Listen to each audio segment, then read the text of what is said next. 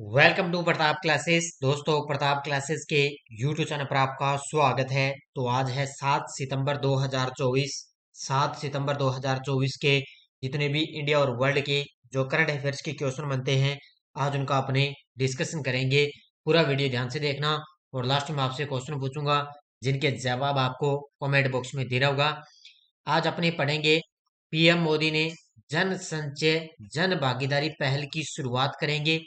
पहला संयुक्त कमांडर सम्मेलन 4 से 5 सितंबर 2024 को आयोजित भारत यूएसए के बीच 20वां युद्ध अभ्यास कहां प्रारंभ होगा, इनकी आज हम चर्चा करेंगे पूरे लेटेस्ट न्यूज के साथ में। डेली आपको सुबह मेरी 7:30 पर ये करंट अफेयर्स की लाइव क्लास आपको मिलती है।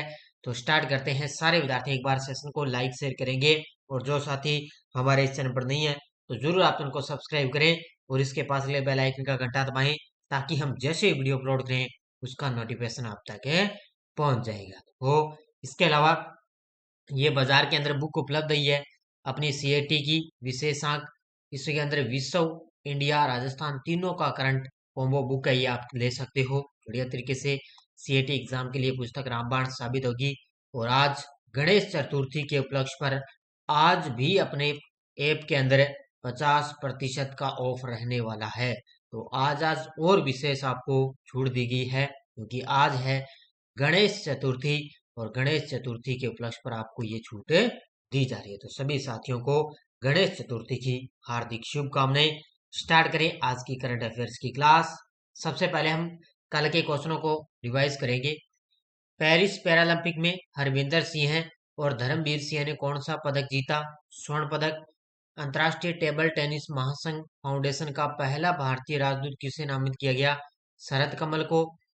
भारतीय नौसेना ने किस देश के साथ संयुक्त सैन्य अभ्यास वरुण का आयोजन किया? फ्रांस के साथ। राष्ट्रपति द्रौपदी मुर्मू ने कहा विश्व शांति बुद्ध विहार का उद्घाटन किया? तो ये किया है महाराष्ट्र के अंदर। किस मंत्रालय को डिजिटल पहल पोषण ट्रैकर के लिए ई गवर्नेंस 2024 के लिए राष्ट्रीय पुरस्कार से सम्मानित किया गया? महिला व बाल विकास मंत्रालय को। सेमीकंडक्टर के क्षेत्र में भारत ने किस देश के साथ समझौता किया? सिंगापुर के साथ। कौन सी राज्य सरकार आईटी और आईटीएस हब में 33,500 करोड़ रुपए का निवेश करेगी? तो वो करेगी यूपी की सरकार। ये थे कल के क्वेश्चनों का रिवाइज कर लिया। टेस्ट आपको कंटिन्यू मिल रहा है जो अपनी ऐप के अंदर वार्षिक करंट की टेस्ट चल रही है। इसके अंदर डेली क्लास का टेस्ट, वीकली टेस्ट और मंथली टेस्ट आपको मिल चुका है। तो स्टार्ट करें आज की करंट अफेयर्स की क्लास। सारे विद्यार्थी एक बार सेशन को लाइक शेयर करेंगे। सारे विद्यार्थी लगभग कम से कम 2000 विद्यार्थी वीडियो को देखते हैं लेकिन लाइक बहुत ही कम होते हैं। सारे विद्यार्थी लाइक करना आपका काम है क्योंकि इतनी मेहनत के साथ में ये डेली आपको सुबह क्लासें प्रोवाइड करवाता हूँ। आज देखते हैं कितने विद्यार्थी वीडियो को लाइक करते हैं। तो लगभग 500 से ज्यादा इस वीडियो पर लाइक होने चाहिए, इसलिए 500 से ज्यादा वीडियो पर लाइक होने के बाद में मैं इसकी पीडीएफ आपको टेलीग्राम पे डालना स्टार्ट कर दूंगा। तो टेलीग्राम पे पीडीएफ इसकी डेली आपको मिलने लग जाएगी अगर 500 से ज्यादा वीडियो पर लाइक करते हो। तो देख लेना आप है तो क्योंकि कम से कम 2000 विद्यार्थी वीडियो को देखते हैं और लाइक होते हैं लगभग 200। तो आप मान के चलो 500 से ज्यादा अगर लाइक आ गए तो इसकी पीडीएफ मैं टेलीग्राम पर तुरंत डाल दूंगा। चाहे अभी हो गए 2 घंटे बाद में तो भी डाल दूंगा, अगर शाम तक होते हैं तो भी डाल दूंगा, वो आपकी इच्छा है। तो स्टार्ट करें आज की करंट अफेयर्स की क्लास। पहला क्वेश्चन देखो, हाल में पेरिस पैरालंपिक गेम्स में मेंस हाई जंप T64 में प्रवीण कुमार ने कौन सा पदक जीता है? तो इससे पहले भारत ने 5 स्वर्ण पदक जीत लिए थे और अब भारत के पास छठा स्वर्ण पदक आ चुका है। तो पेरिस पैरालंपिक गेम्स में मेंस हाई जंप T64 में प्रवीण कुमार ने कौन सा पदक जीत लिया? स्वर्ण पदक जीत लिया है। ये तस्वीर में आप देख सकते हो कितने पदक आगे भारत के पास में 6 स्वर्ण पदक आ चुके हैं। छठा किसने दिलाया है? प्रवीण कुमार ने दिलाया है। तो भारत ने पेरिस पैरालंपिक गेम्स में 26वां मेडल जीत लिया है। मेंस हाई जंप T64 के फाइनल में प्रवीण कुमार ने गोल्ड मेडल जीता। उन्होंने एशियन रिकॉर्ड बनाते हुए 2.08 मीटर का जंप किया और इस पैरालंपिक गेम्स में ये भारत का छठा गोल्ड मेडल इन्होंने जीत लिया। प्रवीण कुमार के सहारे भारत मेडल टैली में 14वें नंबर पर पहुंच गया। अब तक भारत ने 6 गोल्ड, 9 सिल्वर और 11 ब्रॉन्ज मेडल जीत लिए हैं। तो अभी भी आज और कल 2 दिन और बचे हैं इस गेम के, तो देखते हैं भारत और कितने पदक 2 दिनों के अंदर जीतता है। Next question, Paris Paralympic games 2024 में कपिल परमार ने किस खेल में देश को पहला पदक दिलाया है? पेरिस पैरालंपिक्स 2024 में कपिल परमार ने किस खेल में देश को पहला पदक दिलाया? तो इन्होंने दिलाया है जूडो खेल में। Option number C. तस्वीर में आप देख सकते हो, ये है कपिल परमार और इन्होंने पहली बार जूडो खेल के अंदर पहला पदक दिलाया है। किस खेल में? जूडो खेल के अंदर। तो मध्य प्रदेश के प्रतिभाशाली जूडो खिलाड़ी कपिल परमार ने इतिहास रच दिया। उन्होंने पेरिस पैरालंपिक में शानदार प्रदर्शन करते हुए कांस्य पदक जीता है, यानी कि कांस्य पदक इन्होंने जीता और जूडो के अंदर इन्होंने पहला पदक दिलाया। कपिल ने पुरुषों की J1 60 किलोग्राम श्रेणी में कांस्य पदक के मुकाबले में ब्राजील के एलिल्टन डी ओलिवेटिया को हराकर यह सफलता प्राप्त की है। तो ध्यान रखना, कांस्य पदक जीता और इन्होंने जूडो खेल में देश को पहला पदक दिला दिया। हाल में भारत यूएसए के बीच 20वां युद्ध अभ्यास कहां प्रारंभ होगा? लगा लो इस क्वेश्चन को स्टार। आगे आरएस प्री का एग्जाम होगा, पक्का ही क्वेश्चन आएगा एग्जाम के अंदर। आगे 12वीं लेवल का एग्जाम है तो उसके अंदर भी आ सकता है, और इसके अलावा आगे आरएस प्री का एग्जाम है उसके अंदर भी आएगा। तो भारत यूएसए के बीच 20वां युद्ध अभ्यास कहां प्रारंभ होगा? तो इसकी शुरुआत होने जा रही है राजस्थान के महाजन राजस्थान के अंदर है ना, बीकानेर क्षेत्र में महाजन जो क्षेत्र है, महाजन फील्ड फायरिंग रेंज, वहां पर भारत और अमेरिका के बीच में 20वां ये युद्ध अभ्यास जो है प्रारंभ होने जा रहा है। तो बहुत बड़ा ये युद्ध अभ्यास होगा। तो महाजन फायरिंग रेंज में एक बार फिर तोपें गरजेगी। भारत व अमेरिका के बीच 9 से लेकर 24 सितंबर तक ये युद्ध अभ्यास होगा, यानी कि 9 सितंबर से स्टार्ट होगा और 24 सितंबर तक ये युद्ध अभ्यास होगा। अब तक का ये सबसे बड़ा संयुक्त सैन्य अभ्यास बताया जा रहा है। इसके अंदर दोनों देशों के 600 सैनिक भाग लेंगे, यानी कि 600 सैनिक होंगे अमेरिका के और 600 सैनिक भारत के होंगे। भारत अमेरिका संयुक्त सैन्य अभ्यास ये 20वां संस्करण है। इस अभ्यास के दौरान इस रेंज में पहली बार अमेरिकी सेना की high mobility artillery rocket system तैनात होगी। तो इस रेंज के अंदर पहली बार अमेरिकी सेना की high mobility artillery rocket system तैनात होगी। तो बड़ा ही ये युद्ध अभ्यास बताया जा रहा है। कब से कब तक है? 9 सितंबर से स्टार्ट होगा और 24 सितंबर तक चलेगा। हाल ही में पीएम मोदी ने किस राज्य में जन संचय जन भागीदारी पहल की शुरुआत करेंगे? हाल ही में पीएम मोदी किस राज्य के अंदर जन संचय जन भागीदारी पहल की शुरुआत करेंगे? ये करेंगे गुजरात के अंदर। Option number B. कहां पर करेंगे? गुजरात में। ये तस्वीर में आप देख सकते हो, ये मोदी जन संचय जन भागीदारी पहल की शुरुआत करेंगे। प्रधानमंत्री मोदी गुजरात के सूरत में, कहां पर है? गुजरात के सूरत शहर में जल संचय जन भागीदारी की पहल की शुरुआत करेंगे। इसका उद्देश्य जल संरक्षण में सामुदायिक भागीदारी को सुदृढ़ करना है। ये यहाँ पे जन नहीं है, ध्यान रखना, जल आएगा, ठीक है। जल संचय जन भागीदारी है, इसकी शुरुआत होगी। तो जल संचय जन भागीदारी पहल की शुरुआत होगी। ये क्या करेगा? जल संरक्षण में सामुदायिक भागीदारी को सुदृढ़ करेगा। यह पहल मौजूदा जल शक्ति अभियान कैच द रेन अभियान के अनुरूप है। ये जो जल शक्ति अभियान है ना, कैच द रेन, ये पिछले साल हमारे देश की राष्ट्रपति द्रौपदी जी मुर्मू ने चलाया था ये पहले, जो दीर्घकालिक जल सुरक्षा सुनिश्चित करने के लिए सहयोगात्मक जल प्रबंधन के मोदी के दृष्टिकोण को सुदृढ़ करता है। तो उन्होंने गुजरात के सूरत शहर से जल संचय जन भागीदारी की शुरुआत करेंगे।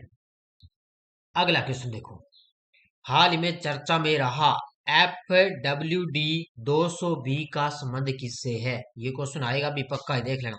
हाल में चर्चा में रहा FWD 200B का संबंध किससे है? तो ये है एक प्रकार का लड़ाकू ड्रोन। ये तस्वीर में आप देख सकते हो, ये एक प्रकार का लड़ाकू ड्रोन है। इस लड़ाकू ड्रोन का नाम क्या है? FWD-200B और भारत ने इसका पहली बार सफल परीक्षण किया है इस लड़ाकू ड्रोन का। क्या ये ड्रोन है, ध्यान रखना। तो flying range defence and aerospace यानी कि FWDA ने भारत के पहले स्वदेशी मानव रहित बम वर्षक विमान FWD-200B की पहली उड़ान की घोषणा कर दी। भारत को आधुनिक रक्षा क्षमताओं से लैस करने वाले इस UAV को मध्यम ऊंचाई 15,000 फीट यानी कि लंबी क्षमता मानव रहित लड़ाकू हवाई वाहन के रूप में वर्गीकृत किया गया, यानी कि 15,000 फीट लंबी क्षमता तक ये मार कर सकता है। और ये इसका नाम है, भारत का पहला स्वदेशी मानव रहित बम वर्षक विमान है FWD-200B। इसकी पहली उड़ान का सफल परीक्षण किया है। इससे पहले भी मैंने एक क्वेश्चन करवा दिया आपको, लेकिन इसका सफल परीक्षण किया गया। तो ये एक प्रकार से लड़ाकू विमान है।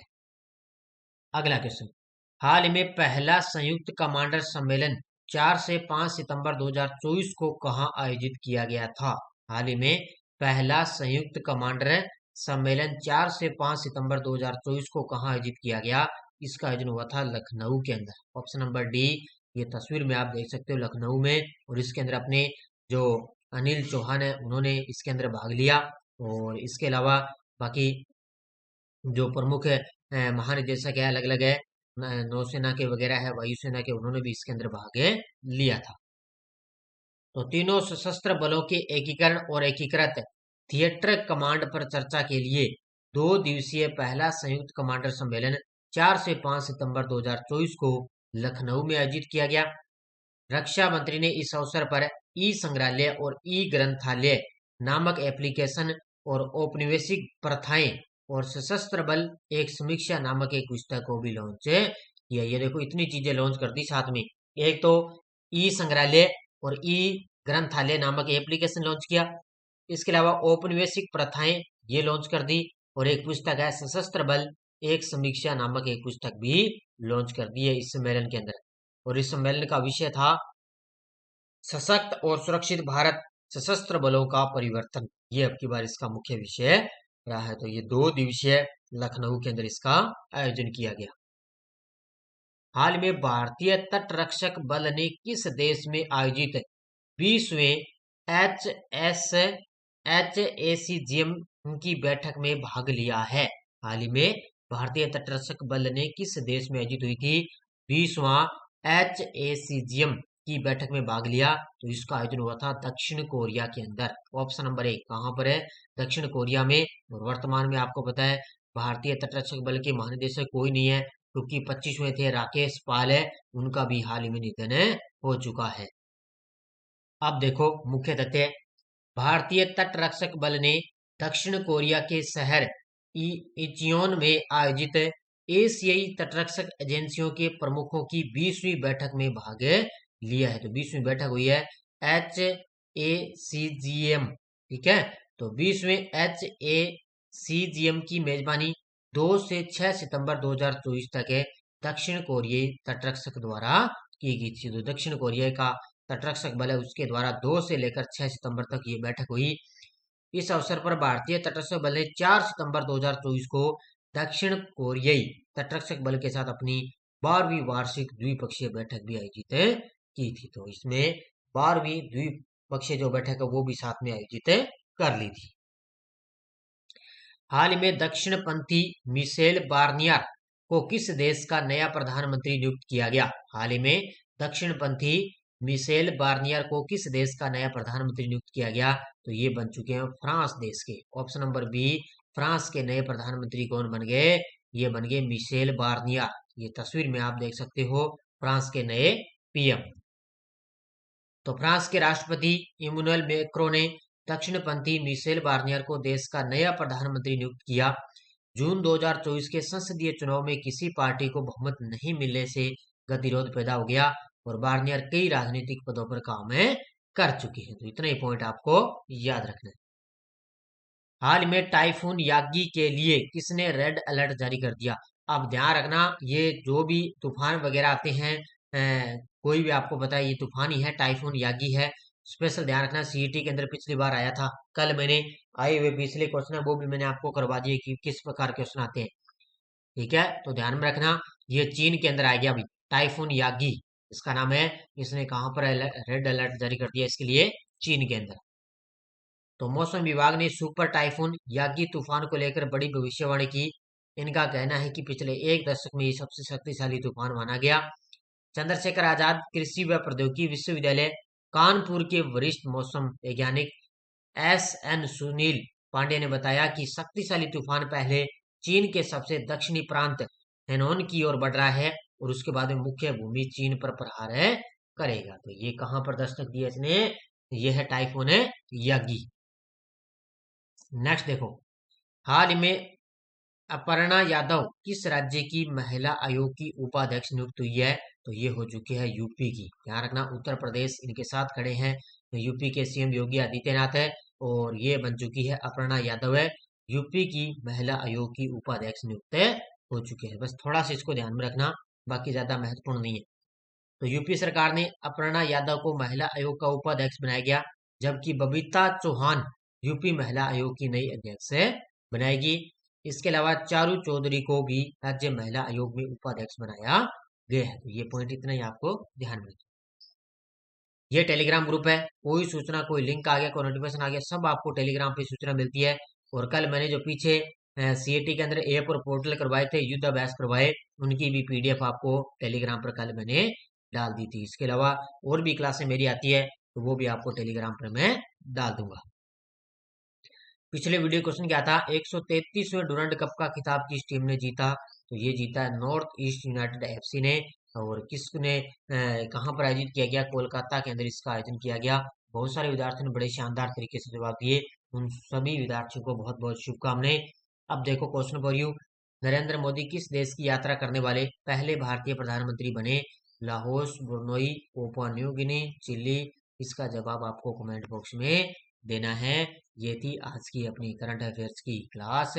सारे विद्यार्थी वीडियो को ज्यादा ज्यादा लाइक शेयर करेंगे। ये सीएटी की अपनी टेस्ट सीरीज चल रही है। आज गणेश चतुर्थी के उपलक्ष्य पर आज भी 50% का ऑफ रहेगा रात 12 बजे तक। ठीक है, तो इसका फायदा उठा लेना। आज और अंतिम दिन आपके लिए ऑफर दिया जा रहा है। तो सीएटी की स्पेशल इंडिया वर्ल्ड राजस्थान और सीएटी के 10 मॉडल पेपर चल रहे हैं। शिक्षा मनोविज्ञान की टेस्ट सीरीज चल रही है। इसके अलावा फर्स्ट ग्रेड की करंट अफेयर्स है और इंडियन पॉलिटी है, तो ये आप जो इन्हें कर सकते हो। तो सारे विद्यार्थी वीडियो को ज्यादा से लाइक शेयर करेंगे। धन्यवाद। जय हिंद, जय भारत।